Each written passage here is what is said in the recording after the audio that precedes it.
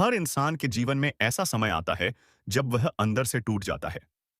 चाहे वो किसी रिश्ते का अंत हो, करियर में असफलता या फिर कोई गहरी निजी चोट। ये क्षण हमारी आत्मा को अंदर से झकझोर देते हैं।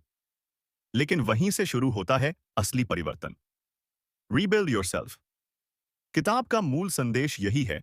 जब आप टूटते हैं तो दोबारा बनने का सबसे बड़ा अवसर मिलता है। यह किताब हमें सिखाती है कि कैसे हम अपने पुराने, कमजोर, डरपोक पीछे छोड़कर एक नया, मजबूत और आत्मनिर्भर स्व बना सकते हैं। लेखक कहते हैं कि जिंदगी का असली उद्देश्य यह नहीं कि हम बिना दर्द के जिएं, बल्कि यह है कि हम अपने दर्द से कुछ सीखें और खुद को फिर से मजबूत करें। रीबिल्ड योरसेल्फ में बताया गया है कि हमारी सोच, आदतें, आत्मविश्वास और निर्णय लेने की क्षमता, ये सभी चीजें बदली जा सकती हैं अगर हम सच में बदलना चाहें। किताब प्रेरणा देती है कि कैसे खुद को माफ करना, अपने अतीत से सीखना और धीरे धीरे एक नए जीवन की ओर बढ़ना हमारे हाथ में है। चैप्टर 1, खुद को समझो। रीबिल्ड योरसेल्फ का पहला अध्याय हमें एक बेहद जरूरी बात सिखाता है। अगर आप खुद को फिर से बनाना चाहते हैं तो सबसे पहले खुद को समझना सीखिए। जब हम जीवन में संघर्षों से टूट जाते हैं तो हम केवल दुख और दर्द पर ध्यान देते हैं। लेकिन लेखक बताते हैं कि इन भावनाओं के पीछे हमारी असल सोच और हमारी आदतें छुपी होती हैं, जो हमें बार बार नीचे गिराती हैं। इस अध्याय में लेखक कहते हैं कि खुद से ईमानदारी से सवाल करना ही पहला कदम है बदलाव का। आप खुद से पूछिए, मैं किस बात से डरता हूं? मुझे कौन सी आदतें रोक रही हैं? क्या मैं बार बार वही गलतियां कर रहा हूं? जब आप खुद से ये कठिन सवाल पूछते हैं तो शुरुआत में बहुत अजीब लगता है, लेकिन धीरे धीरे आप अपने अंदर छिपी सच्चाई को देख पाते हैं।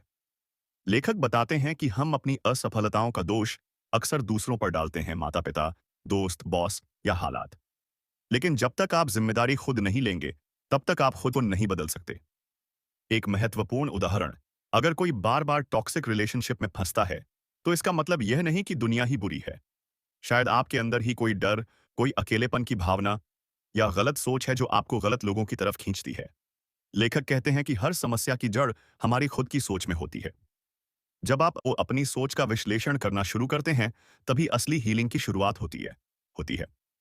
इस अध्याय का मुख्य संदेश यह है, बदलाव बाहर से नहीं आता, वो अंदर से शुरू होता है, आपके विचारों से, आपकी ईमानदारी से और खुद को जानने की आपकी हिम्मत से। चैप्टर 2, अपनी सोच का पुनर्निर्माण। रीबिल्ड योर थिंकिंग हमें यह सिखाता है कि हमारी सोच ही हमारे जीवन की दिशा तय करती है। यदि आप अपने जीवन में बदलाव चाहते हैं तो आपको सबसे पहले अपनी सोच की गहराई में जाकर समझना होगा कि क्यों आप वैसे सोचते हैं जैसे आप सोचते हैं, और फिर उस सोच को नया रूप देना होगा। हमारा दिमाग हमारी आदतों का गुलाम बन जाता है। लेखक समझाते हैं कि हम सभी के दिमाग में ऐसी सोच पनप जाती है जो वर्षों से दोहराई जाती रही है। जैसे, मैं कभी सफल नहीं हो सकता, मेरे साथ हमेशा बुरा ही होता है, मुझे कोई पसंद नहीं करता। इन विचारों को हम बार बार सोचते हैं, जिससे वे हमारी पहचान बन जाती हैं। धीरे धीरे हम अपने ही दिमाग के बंद कमरे में कैद हो जाते हैं। नकारात्मक सोच कैसे पैदा होती है? यह अध्याय बताता है कि नकारात्मक सोच आमतौर पर बचपन के अनुभवों, असफलताओं या दूसरों की आलोचनाओं से जन्म लेती है। एक बार यह सोच हमारे दिमाग में घर कर लेती है तो हम हर चीज को उसी फिल्टर से देखने लगते हैं, और यह सोच हमें आगे बढ़ने से रोकती है। नई सोच को कैसे विकसित करें? लेखक कुछ आसान लेकिन शक्तिशाली कदम बताते हैं। सोचो कि आप क्या सोचते हो। दिन में 10 मिनट चुपचाप बैठिए और ध्यान दीजिए कि आपके दिमाग में क्या क्या चल रहा है। झूठी सोच को पहचानिए। जब आप सोचते हैं मैं बेकार हूं, तो खुद से पूछिए, क्या यह सच है? क्या सबूत है इसके लिए? नई सोच डालिए। हर नकारात्मक सोच के बदले एक पॉजिटिव विकल्प रखिए। जैसे, मैं बेकार हूं, मैं सीख रहा हूं और रोज बेहतर हो रहा हूं। छोटे कदम, बड़ा बदलाव। नई सोच एक दिन में नहीं आती, लेकिन लेखक बताते हैं कि हर दिन 1% भी सोच में बदलाव हो तो 1 साल में आप पूरी तरह बदल सकते हैं। जैसे शरीर की एक्सरसाइज होती है, वैसे ही सोच की भी कसरत होती है। इसमें अनुशासन, आत्मनिरीक्षण और धैर्य चाहिए। अगर आप अपनी जिंदगी को बदलना चाहते हैं तो अपनी सोच को बदलिए, क्योंकि वही आपकी दुनिया बनाती है।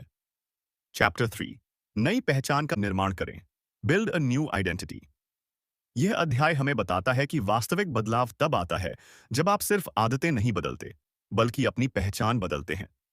यानी आप खुद को जैसा समझते हैं, वैसा ही आप बनते जाते हैं। पहचान ही आधार है हर काम का। लेखक समझाते हैं कि हर इंसान की एक आंतरिक पहचान होती है। मैं एक आलसी व्यक्ति हूं, मैं फेलियर हूं, मैं मेहनती हूं। हमारा दिमाग हमारी पहचान के अनुरूप ही सोचता और व्यवहार करता है। अगर आप सोचते हैं कि आप आलसी हैं, तो आप हमेशा काम टालने वाले बनेंगे। मैं हूं के वाक्य बदलो। हम जो मैं हूं से शुरू होने वाले वाक्य बोलते हैं, वे हमारे दिमाग में गहराई से बैठ जाते हैं। मैं शर्मीला हूं, आप सच में सबके सामने चुप रहने लगते हैं। मैं कभी सफल नहीं हो सकता, आप कभी कोशिश ही नहीं करते। लेखक कहते हैं कि अगर आप अपनी पहचान बदलना चाहते हैं, तो सबसे पहले मैं हूं वाले वाक्य बदलें। जैसे, मैं सीख रहा हूं, मैं हर दिन बेहतर बन रहा हूं, मैं अनुशासित व्यक्ति हूं, नया रवैया, नई सोच। अगर आप चाहते हैं कि आप एक फिट इंसान बने, तो पहले खुद को मैं एक फिट इंसान हूं माने, फिर वैसा ही व्यवहार करना शुरू करें।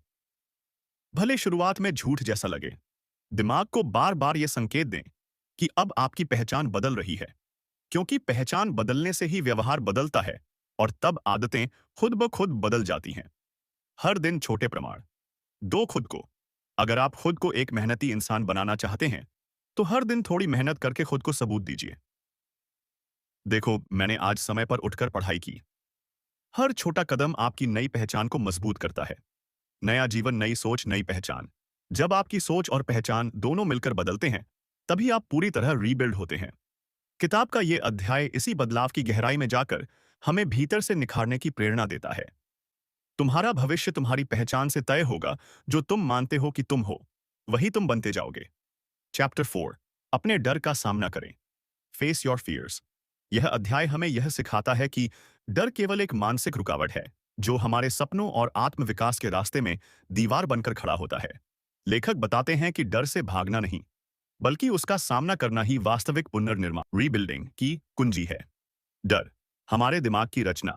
लेखक कहते हैं कि डर किसी असली खतरे की वजह से नहीं होता, बल्कि हमारी कल्पनाओं में पैदा होता है।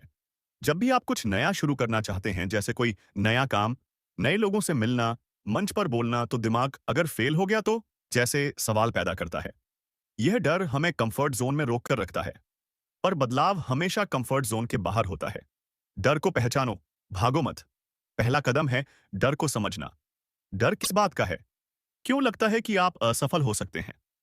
क्या वह डर वाकई में सच है या सिर्फ कल्पना? जब आप डर को नाम देते हैं, उसे पहचानते हैं, तो उसकी ताकत घटने लगती है। डर का सामना करने के छोटे अभ्यास। लेखक कुछ आसान तकनीकें बताते हैं। छोटे जोखिम उठाओ। हर दिन एक छोटा ऐसा काम करो जिससे डर लगता है, जैसे किसी अनजान व्यक्ति से बात करना या कुछ नया बोलना। डर के बाद की तस्वीर देखो। सोचो कि अगर तुमने डर पार कर लिया तो जिंदगी कैसी दिखेगी। डर को चुनौती दो। जैसे ही डर आए, खुद से कहो, क्या यह डर सच में तर्कसंगत है? ग्रोथ तभी होती है जब आप डर को पीछे छोड़ते हैं। डर से भागने पर आप वहीं के वहीं रहते हैं। लेकिन जब आप डर का सामना करते हैं, तब आपका आत्मविश्वास बढ़ता है। आप खुद को बेहतर समझते हैं और आप सच में रीबिल्ड होते हैं। डर पर जीत का असली इनाम। डर पर काबू पाने से सिर्फ आत्मसंतुष्टि नहीं मिलती, बल्कि आपको सशक्त पहचान, स्पष्ट सोच और मजबूत व्यक्तित्व ही मिलता है। डर पर जीत, नए जीवन की शुरुआत। अगर आप अपने डर का सामना नहीं करते, तो वह आपकी पहचान बन जाएगा। लेकिन जैसे ही आप डर की आंखों में आंखें डालते हैं, वह आपकी ताकत बन जाएगा। आत्मानुशासन। अपने भविष्य के लिए आज काम करें। Self discipline, work today for tomorrow. आत्म अनुशासन का अर्थ। आत्म अनुशासन का मतलब है वही करना जो जरूरी है, चाहे मन करे या न करे। अपने लक्ष्य के लिए मन के आलस्य और बहानों पर जीत पाना।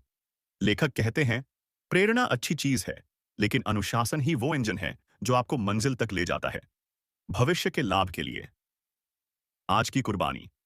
हम अक्सर आराम, आरामदायक दिनचर्या और तुरंत सुख चाहते हैं, पर लेखक याद दिलाते हैं, जो आज मुश्किल लगता है, वही कल सफलता की बुनियाद बनेगा। 1 घंटा पढ़ाई आज, एक बेहतर करियर कल। रोज थोड़ा एक्सरसाइज, स्वस्थ शरीर कल। समय पर नींद और जागना। ऊर्जा और फोकस कल। अनुशासन को आदत कैसे बनाएं? लेखक कुछ सुझाव देते हैं। डेली रूटीन बनाएं। सुबह उठने से लेकर रात को सोने तक एक निश्चित रूटीन बनाइए। स्मॉल विंस लें। एक दिन में एक ही आदत पर फोकस करें, जैसे सुबह 15 मिनट ध्यान, डिस्ट्रैक्शंस हटाएं। मोबाइल, टीवी और सोशल मीडिया पर समय सीमित करें। अपने प्रोग्रेस को ट्रैक करें। रोज खुद से पूछें, क्या मैंने आज वो किया जो मुझे करना था? अनुशासन और स्वतंत्रता। यह बात विरोधाभासी लग सकती है, लेकिन लेखक कहते हैं, सच्ची आजादी तभी मिलती है जब आप खुद को कंट्रोल करना सीखते हैं।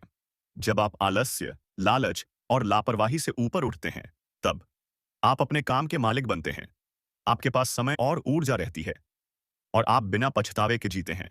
अनुशासन ही आत्मसम्मान का रास्ता है। जब आप रोज खुद से किया वादा निभाते हैं, तो आत्मसम्मान, सेल्फ रिस्पेक्ट बढ़ता है। आत्मविश्वास मजबूत होता है और भीतर से आप खुद को नया महसूस करते हैं। अगर आप अपने भविष्य से प्यार करते हैं, तो आज की मेहनत से मत डरिए। अनुशासन ही वो चाबी है जो आपको आज की कुर्बानी और कल की सफलता को जोड़ती है।